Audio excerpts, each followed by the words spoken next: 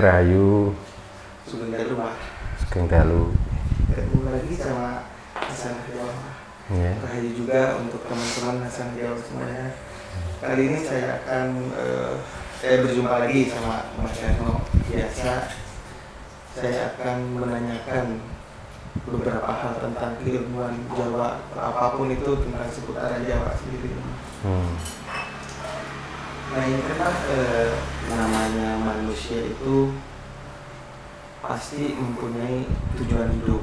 Yeah. Nah, dari tujuan itu pasti kita itu mempunyai pedoman atau disebut pegangan gitu, Mas. Yeah. Nah, untuk di ajaran Jawa sendiri, apa yang menjadikan pegangan untuk si manusia Jawa itu sendiri tuh, Mas? Yeah.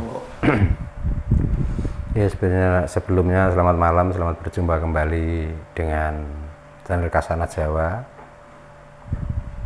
yang pasti dan tidak lain untuk membicarakan tentang hal-hal kepribadian, kepercayaan dan ajaran-ajaran luhur dari para leluhur kita yang sudah mengajari kita tentang kepribadian yang baik, budi pekerti dan perjalanan hidup. Ya. Maka kami ucapkan salam Rahayu, Rahayu, Rahayu Sagung Dumadi, Rahayu ingkang pinanggih. Ini menjawab pertanyaan tadi, ada perlu dikoreksi satu ya. Jadi apa tujuan orang hidup? Orang hidup itu yang dicari bukan tujuan, ya, tapi perjalanan. Oh, perjalanan. Ya. Karena kalau tujuan orang hidup, sebenarnya orang yang mempunyai tujuan dan mempunyai keinginan yang meluap-luap, yang kadang-kadang sampai melupakan semuanya. Tujuan itu tujuan hampa. Apalagi kalau kita itu sudah kedogma dengan ajaran-ajaran agama dari luar, semuanya membicarakan tentang tujuan, tentang tujuan. Nah, saya tanyakan, apa tujuan manusia itu? Manusia itu nggak ada tujuan sebenarnya, tapi yang perlu kita kerjakan di dunia adalah perjalanan. Perjalanan dalam arti untuk menjalani hidup ini loh. Gitu. Makanya saya koreksi, manusia hidup bukan tujuan, tapi manusia hidup adalah perjalanan.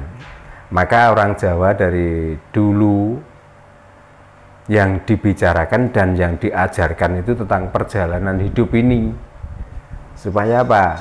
Supaya kita menjalani hidup ini tertata, terarah. Dengan tertata dan terarah, manusia itu akan terbimbing oleh perjalanan hidupnya sendiri gitu. Tapi kalau manusia itu menjalani hidup ini dengan tujuan, maka yang kita besar-besarkan adalah tujuan itu. Tapi perjalanan hidupnya tidak terarah, tidak tertata, akhirnya amburadul, nggak karu-karuan. Kadang-kadang dengan tujuan itulah kita itu melebihi kapasitas kita sebagai manusia, baik di dunia, apalagi tujuan mau menuju ke alam baka atau alam akhirat itu. Gitu. Nah, itu menurut orang Jawa. Kalau manusia itu masih terdogma hidup ini dengan tujuan, maka banyak orang itu yang gila akhirnya. Malah nggak waras kalau manusia itu larut dalam pencarian tujuan. Ya. Tapi kalau manusia itu mencari jalan untuk menyempurnakan hidup ini, saya yakin akan terarah, akan terbimbing, dan akan mendapatkan kebenaran dalam melakukan perjalanan hidup ini. Gitu. Maka dari itu sudah sering kali saya sampaikan dengan berbagai metode, dengan berbagai cara, untuk menemukan kesejatian diri dan untuk menemukan diri yang sejati, maka selalu saya sampaikan tentang bagaimana toh kita tuh menjalani hidup ini, gitu. Dengan kita itu memahami dan kita itu belajar dari perjalanan hidup, tapi itu melalui kewaspadaan yang sangat luar biasa. Ya, harus lebih waspada, karena dalam perjalanan hidup ini kalau kita nggak waspada, ya akhirnya kita larinya ke tujuan. Akhirnya, jadi tidak sedikit orang itu yang awalnya sudah mempelajari tentang perjalanan, pada akhirnya dia larut dalam tujuan hidup. Karena orang Jawa dulu sudah menggambarkan melalui cerita, melalui serat, melalui kidung, melalui banyaklah pedoman-pedoman orang Jawa yang sudah diajarkan untuk anak cucu, terutama bangsa Nusantara yang menempati di Pulau Jawa. Sebenarnya nggak kurang tentang didikan, tentang ajaran, tentang sindiran, supaya kita itu lebih mawas diri, supaya kita itu lebih paham dalam menjalani hidup ini.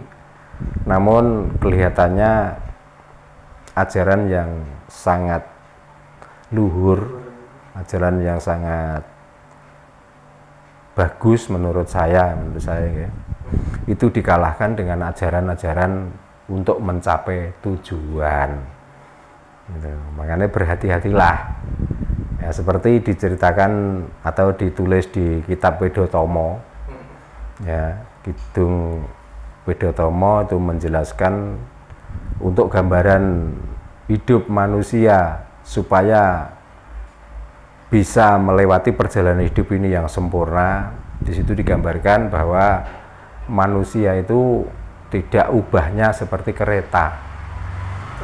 Ya. Jadi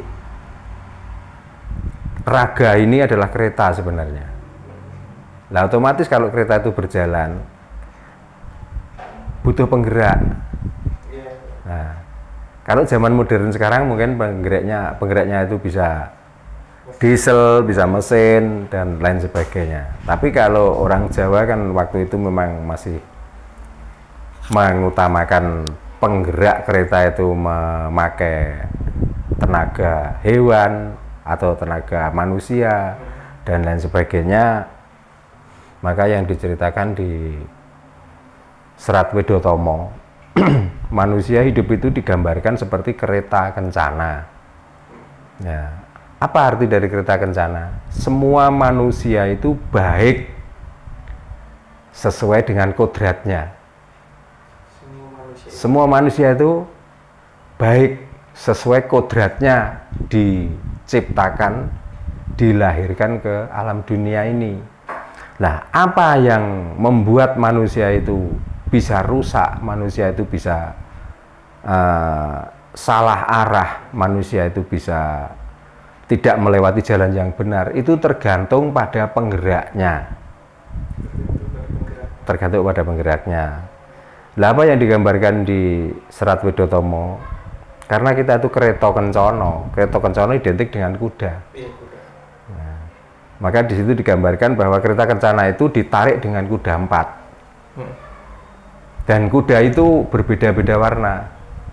Ada yang warna merah, ada yang warna putih, ada yang warna kuning, ada yang warna hitam. Lalu di dalam kereta itu ada pengendalinya. Ya, pengendali itu namanya Kiai Eling. Ya. Nah, kereta roda 4 itu digambarkan 4 roda itu harus bulatnya sama, besarnya sama, tebalnya juga sama. Untuk apa? Ya untuk keseimbangan perjalanan kereta itu tadi. Gitu. Jadi harus bulatnya sama, besarnya sama, tebalnya sama. Supaya apa? Supaya kereta ini tidak oleng dan kereta ini tidak ambruk. bagaimana kalau seandainya roda 4 ini beda bentuknya, beda besarnya, beda tebalnya, beda bulatnya. Perjalanan kan terseok-seok, nggak karu-karuan. Berarti artinya kereta itu tidak akan bisa melaju untuk menjalankan tugas sebagai kereta. Ya. Dan di dalam kereta pun ya, diikuti ada roda 2 lagi di belakangnya yang sama besarnya. Nah, tujuannya apa roda yang besar? Karena yang 4 ini untuk keseimbangan, yang belakang adalah tujuannya untuk menopang. Atau dikala nanti ada jalan yang naik, roda yang belakang itulah untuk supaya lebih ringan untuk mendorong. Oh iya. Ya. Nah, dengan roda 2 itu yang dinamai 1 Kiai Arto. Arto. Ya, Arto itu artinya uang. Okay. Ya. Yang kedua dinamakan Kiai Wasis. Wasis itu pandai. Pandai. Ya. Dan yang menaiki di dalam kereta itu ada 2 juga. Yang satu namanya Kiai Engson. Ya. Yang kedua namanya Kiai Abdi. Kiai Abdi. Ya. Dan yang di belakang ada 2 lagi prajurit, yaitu namanya satu Sembodo, yang satu namanya Doro. Nah, itulah gambaran yang diajarkan para leluhur terdahulu. Untuk apa? Ya untuk mengingatkan kita itu sebenarnya hidup ini apa toh? Hidup ini perjalanan. Jadi perjalanan hidup manusia itu tidak ubahnya dengan perjalanan kereta. Kereta itu. Ya. Nah, di sini digambarkan ya, kereta kencono, yang dimaksud kereta kencono itu dengan indahnya kereta tersebut dan mahalnya kereta tersebut, dan hati-hatilah dengan tenaga penarik kereta itu, supaya kita itu menjaga kelestarian keindahan kereta itu tadi. Ya. Ada 4 kuda yang menarik di dalam tubuh manusia itu.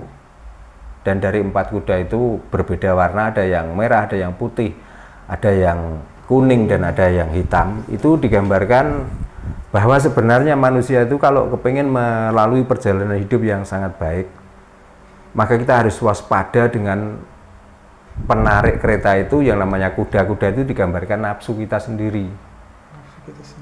Jadi manusia itu mau baik atau buruk itu tergantung pada penggeraknya itu. Kereta itu tadi, yaitu tergantung pada nafsunya masing-masing. Maka manusia harus teliti. Kalau bisa kereta yang bagus itu tadi antara penggerak dan keretanya harus imbang. Paling tidak kereta itu harus kuat. Karena kebanyakan yang namanya kuda itu rata-rata mempunyai daya yang sangat kuat. Ya. Maka kereta yang bagus dan dengan penggerak memakai kuda 4 itu tadi ada pengendalinya. Ya. Harus mempunyai pengendali, yaitu Kiai Eling. Di dalam tubuh manusia harus ada kiai namanya pengendali, namanya Kiai Eling. Nah, kenapa kok pengendalinya dinamai Kiai Eling? Kalau kita itu nggak eling, nggak ingat, kita itu akan dibawa lajunya atau kencangnya lajunya kuda itu, dan kita tidak bisa mengendalikan. Malah kita itu akan tidak nyampe ke perjalanan itu. Akhirnya malah yang namanya kuda, karena tidak mempunyai akal dan tidak mempunyai pikiran, nanti kuda ini malah bisa lari ke kanan, bisa lari ke kiri. Kalau sudah ke kanan dan ke kiri, kita mau jalan kemana? Apalagi 4 gitu ya. Nah, apalagi 4 kuda. Nah, itu. Makanya kita manusia itu harus bisa mengendalikan nafsu kita sendiri. Janganlah kita itu membuat nafsu kita itu liar. Kita kendalikan yang benar-benar. Supaya kita itu dalam perjalanan hidup ini bisa terarah. Dan setelah terarah, itulah baru mencapai tujuan. Itu. Jadi bukan tujuan yang kita inginkan, tapi perjalanan itulah yang perlu kita pikirkan. Nah, Kiai Eling itu letaknya di mana? Kiai Eling itu di hati. Ya, jadi manusia itu kalau karena punya hati, makanya larinya kemana? Berarti Kiai Eling itu adalah rasa rumangsa hangrumangsani. Ya. Jadi kita itu jangan karena kita itu kaya, jangan karena kita itu tampan, atau jangan kita itu keturunan seorang bangsawan. Mau kaya, mau tampan, mau keturunan bangsawan, kalau kita tidak bisa mengendalikan kuda yang 4 itu tadi, hidup kita tidak akan terarah, akan rusaklah hidup kita. Gitu. Maka yang bisa mengendalikan itu semua adalah hati. Lah hati masuknya ke rasa. Itu. Ya. Dan di dalam kereta ada roda 4 ya, yang kecilnya sama, besarnya sama, dan tebalnya bahan roda itu sama. Artinya apa? Di dalam tubuh manusia atau di dalam jiwa manusia itu ada wujud. Ya, wujud dari manusia itu, setelah wujud itu ada penglihatan. Nah, setelah penglihatan itu ada ucapan. Setelah ada ucapan, baru adalah adanya rasa. Jadi kalau di situ disingkat di dalam ajaran Jawa, manusia itu tidak boleh melenceng dari sifat lati, ati, lan pakarti. Jadi antara ucapan, pemikiran, dan perjalanan itu harus selaras, harus sesuai. Gitu. Makanya kenapa kok harus sama roda itu? Kalau roda itu beda-beda, ya otomatis nanti kereta kencana itu akan guling, otomatis. Karena apa? Perjalanannya nggak imbang. Iya. Jadi kita di saat senang, maka orang Jawa juga mengatakan lewat tembang, jeruning suka kudu eling lan waspada. Di dalam kebahagiaan kita tuh harus ingat dan harus lebih waspada. Jadi kita nggak larut dalam kesukaan itu tadi. Ya, di saat kita susah juga harus eling lan waspada. Jadi nggak susah ini yang menghalangi kita itu tidak berterima kasih pada Tuhan, atau bahagia ini kadang-kadang melupakan kita kepada Tuhan. Gitu. Makanya harus imbang. Nah, tapi kalau kita nggak bisa mengendalikan dengan benar, ya, dengan perjalanan hidup ini, sehingga dengan kesukaan, kebahagiaan kita tidak istilahnya tidak mempedulikan orang lain waktu bahagia, di saat susah jangankan orang yang mampu nggak kita buat pegangan. Kadang-kadang orang-orang sama susahnya itu kadang-kadang ya dicurhati untuk dimintai pertolongan. Nah, itu namanya orang yang tidak eling. Dan itu yang dinamakan kalau roda 4 itu nggak sesuai, nggak sama, akhirnya kereta itu akan hancur. Iya, jadi seberapa kekayaan kita, seberapa tampan kita, ya, seberapa leluhur kita yang bangsawan, yang kaya raya dan lain sebagainya, kalau kita nggak bisa mengendalikan hidup kita sendiri, nggak bisa mengarahkan jalan hidup kita sendiri, otomatis akan menjadi rusak juga. Ya. Dan di belakangnya itu ada roda 2 lagi.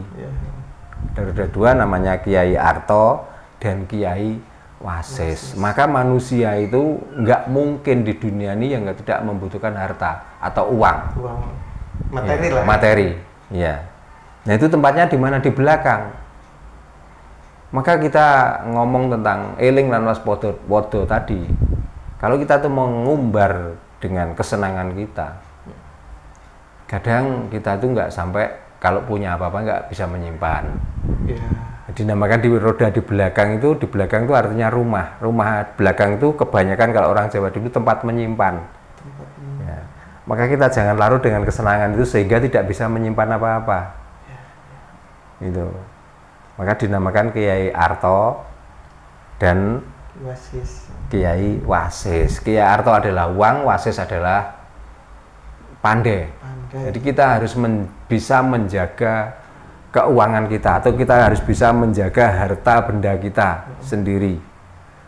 Jadi tidak selamanya kita hidup itu senang, ya, tidak selamanya kita hidup harus berhura-hura, dan tidak selamanya kita hidup itu sengsara atau sakit-sakitan dan lain sebagainya. Dua-duanya harus imbang, antara bahagia dan sakit harus kita pikirkan. Maka sebelum itu semua terjadi, walaupun kita itu masih banyak uang, masih banyak harta, jangan kita hambur-hamburkan.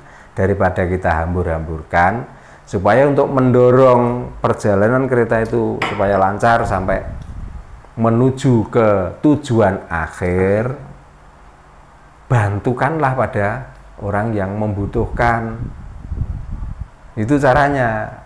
Karena begini, secara logika, dikala kita punya barang satu, kita berikan ke orang lain satu, akan habis. Iya, habis. Ya. Tapi secara nalar, secara rasa, kita memberi orang lain itu bukan memberi orang loh. Kita yang kita punya, kita berikan orang itu artinya kita memberikan pada diri kita sendiri. Makanya orang Jawa juga mempunyai pedoman. Memberi orang lain, ora lokak neng tambah munda. Artinya apa saja yang kita berikan orang lain itu nggak akan berkurang, malah akan bertambah. Karena hakikatnya kita memberi orang lain itu sama juga memberikan sesuatu pada diri kita sendiri. Itu. Makanya kalau kita punya uang, katakan sudah bukannya lebih-lebih ya, tapi agak lebih, kita berikan pada orang lain. Kita memang merasa, wah, uangku kalau saya kasihkan orang lain malah berkurang. Tapi besoknya tiba-tiba diri kita itu bisa mendapatkan uang lebih banyak daripada yang kita berikan orang lain. Nah, maka dengan pedoman seperti itu, kita itu nggak berharap dengan tujuan itu. Kalau kita itu berpedoman pada tujuan, kita memberi orang, tujuan kita untuk kalau setelah saya mati akan kita unduh hasilnya. Itu pemahaman yang sangat keliru. Makanya saya sering ngomong, bu, kita itu jangan karena pahala toh, lalu kita itu mau mengerjakan kebaikan. Ya, jangan begitu. Kita memberikan sesuatu pada orang lain itu dilihat memang benar-benar orang itu butuh kok. Tapi kalau sudah melihat orang itu benar-benar butuh dan kita beri, jangan kita tuh merasa kita memberi pada orang itu. Tapi kita berpedoman, apa yang saya berikan ke orang lain itu artinya saya berikan pada jiwa dan raga kita sendiri itu. Itu. Untuk apa? Ya untuk menopang roda yang 4 tadi. Kita ditarik kuda. Ya, kita hanya menikmati kencangnya, hanya menikmati cepatnya berjalan, tapi kita tidak pernah memberi makan kuda yang narik. Apa yang terjadi?